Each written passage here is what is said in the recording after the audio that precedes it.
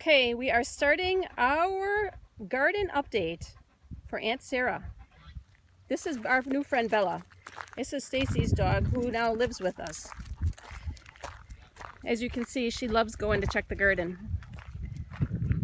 Off to our left is the duck and chicken run.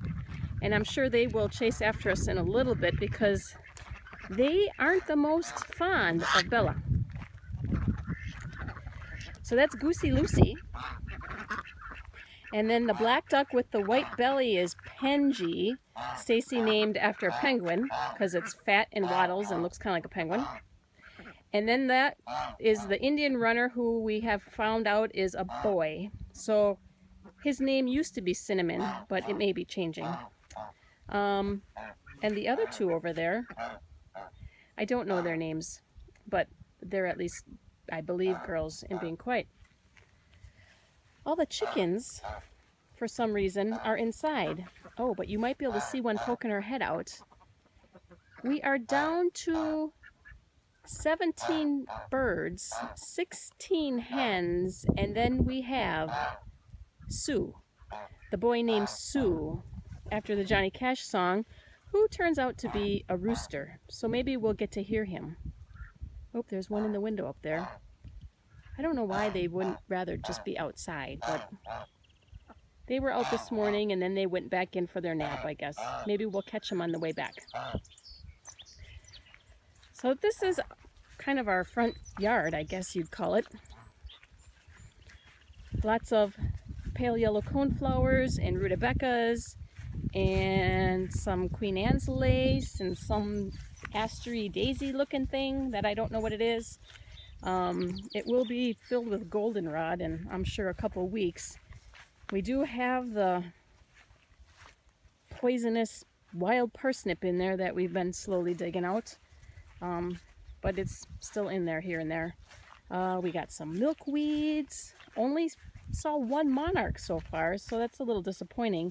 I've been trying to keep the milkweeds up so that we get more butterflies, but we don't have tons of them quite yet. Oh, Bella, she likes to eat weeds and grass for some weird reason. So now, I told Alan yesterday, no laughing or judging because the garden is weedy. So this would be our onion row and our kale in between our weed rows. The garden beds themselves aren't too weedy, it's the paths that are terrible. Our tomatoes, which this first row is all cherries, which we don't have anything ripe quite yet. And then I believe this is the black crim and tie-dye something or another. And then we have an Italian tomato, a whole row of, and then a whole row of Wisconsin 55s. So there's about 64 tomato plants. I think we lost one. I'm a little concerned that a couple rows the leaves are curling, so I'm hoping that my compost isn't toxic. Corn, not bad, you know, knee-high by the 4th of July, but compared to the farmers around here, because we got it in so late, their corn is all as tall as I am already. We got some zucchini down here. Again, a lot of this stuff, because the garden is so big and just getting the garden tilled and rocks picking, we got it in late. So my zucchini is pretty small. Actually just got it in a couple weeks ago. No flowers on it yet, but I'm hoping soon. The potatoes are looking really good. Aaron and I were working on mounding them on Saturday, but then the neighbor came over with a beer and then we ended up stopping, so we only got 3/4 of that first row done. I got to remound all these. That's a project and a half, trying to dig dirt even with a tractor. These are 2 empty beds that are now covered in some sort of grass. Peas may go in here this fall, or we may just not get anything in there. This was kind of an experiment. They were called baby broccolis, but they look like they all bolted on me. But now today, which darn it, I forgot my knife, I went back up to get, I see little broccolis in there. I don't know if I can see them. So we're gonna have to run back up, Bella and I, and get them cut for today and get them in the refrigerator. So that's kind of nice that we've got some little broccolis on there. The rest of the row is Brussels sprouts. So we do have some cabbage moths, but I'm not spraying them with anything. It doesn't seem to be affecting the Brussels sprouts themselves. Erin just got this trellising thing up finished this weekend for the beans. Again, everything's really short because I got them in really late. But I think that for a fall crop, everything will be really good. I'm gonna hang some string hopefully today off of these things, stake them down for the beans to climb up. We got a little blackberry bush right here that the girls like to pick and eat the tiny little blackberries, so hopefully we can nurse that a little bit. Asparagus, weed covered. I got some of the weeds tore out of there. Erin got me this new like hoe with like a big wheelie thing on it that works really good, but the stuff is so tall we waited too long to do it. My dills are coming up from seed pretty darn nice. I got 3 different rhubarbs here. I don't know why that one's turning all brown. We'll have to keep an eye on them. I haven't been watering this garden bed too much, so that could be a reason why we may have to turn that on today. I've got some Moon and Stars watermelons, but again, no flowers yet on them, so hopefully we get watermelon before... Ooh, I take that back. I see one over here. So hopefully we start getting some melons growing. Okay, you see it? The one yellow flower in there. Pumpkins. Kind of excited to hopefully get some good-sized pumpkins this year. Oh, Bella, she's over there sniffing something. Bella, yard. She's probably chasing birds. She likes to chase birds. Birds and flies. But she stays in the yard pretty good, so I don't have to worry about her. Dill from Iron Ridge. We brought this, used to be a potato bed, over from Iron Ridge last fall, and we planted our garlic in there. So the garlic, it looks like it's almost ready to be picked, but the dill seeds were in the dirt as well, and I just left them go. So we've got some nice looking dill. I have nothing to really use it for other than summer salads. Girls' trampoline that they hardly use because they're too busy on their screens. Compost pile, our garbage pile, our shed. Erin's got to still repair. We pulled that trellis out of Iron Ridge. Our trailer parking section. We got a whole trailer right there full of wood we have to split still. We got from our friends Kim and Guy. Back to the garden. Cukies are dinky dinks. Again, they just went in like 2 weeks ago.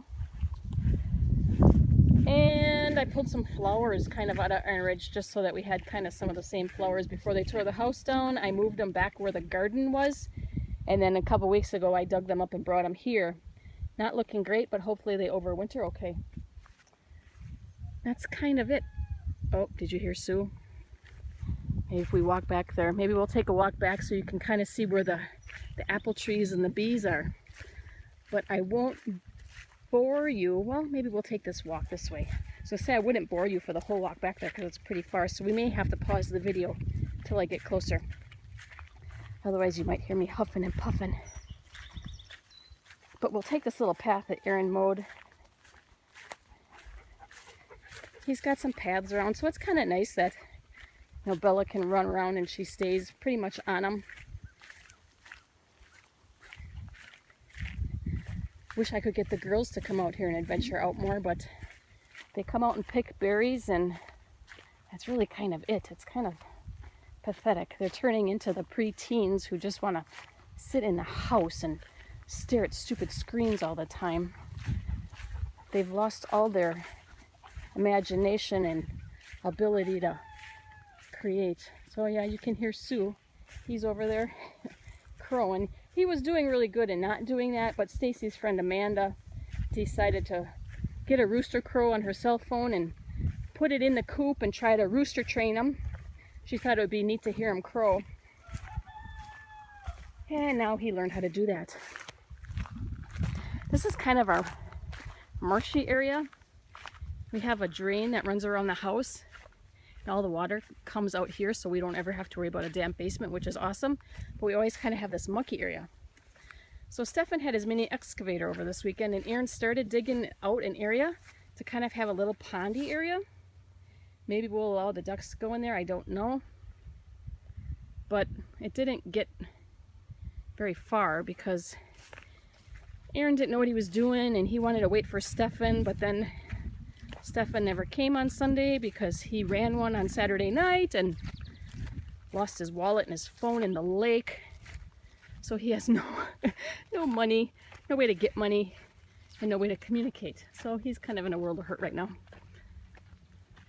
We're coming up to the stone patio, temporarily stone. I thought it would sit like that till next year, but the landscaper guy said, well, I recommend getting a pavers on there as soon as you can so water doesn't build up in there. And I'm like, oh great, that's a project we didn't plan for. And the new rock walls, the girls' old treehouse. 2 weeks ago, Aaron had the tractor and dragged that up from, it was down by the garden shed. So he just finished putting the floor in that. A dirt pile. Our patio pavers from Iron Ridge. Steph and I hauled those out on, what was it, Friday night, Thursday night? I don't remember now. Our little makeshift stone patio behind the garage, that's what we've been using all summer. And then Stefan came in with Aaron and they trenched out the power line because the pool is going to go kind of, you see where that stake is? Right there. It's going to go in this area. So they're going to come out and dig that sometime this week, and the pool's hopefully going in on Thursday. But we'll see if the weather cooperates. So I'm going to pause it while we head back to the apple trees and the bees. And you can join us in a little bit.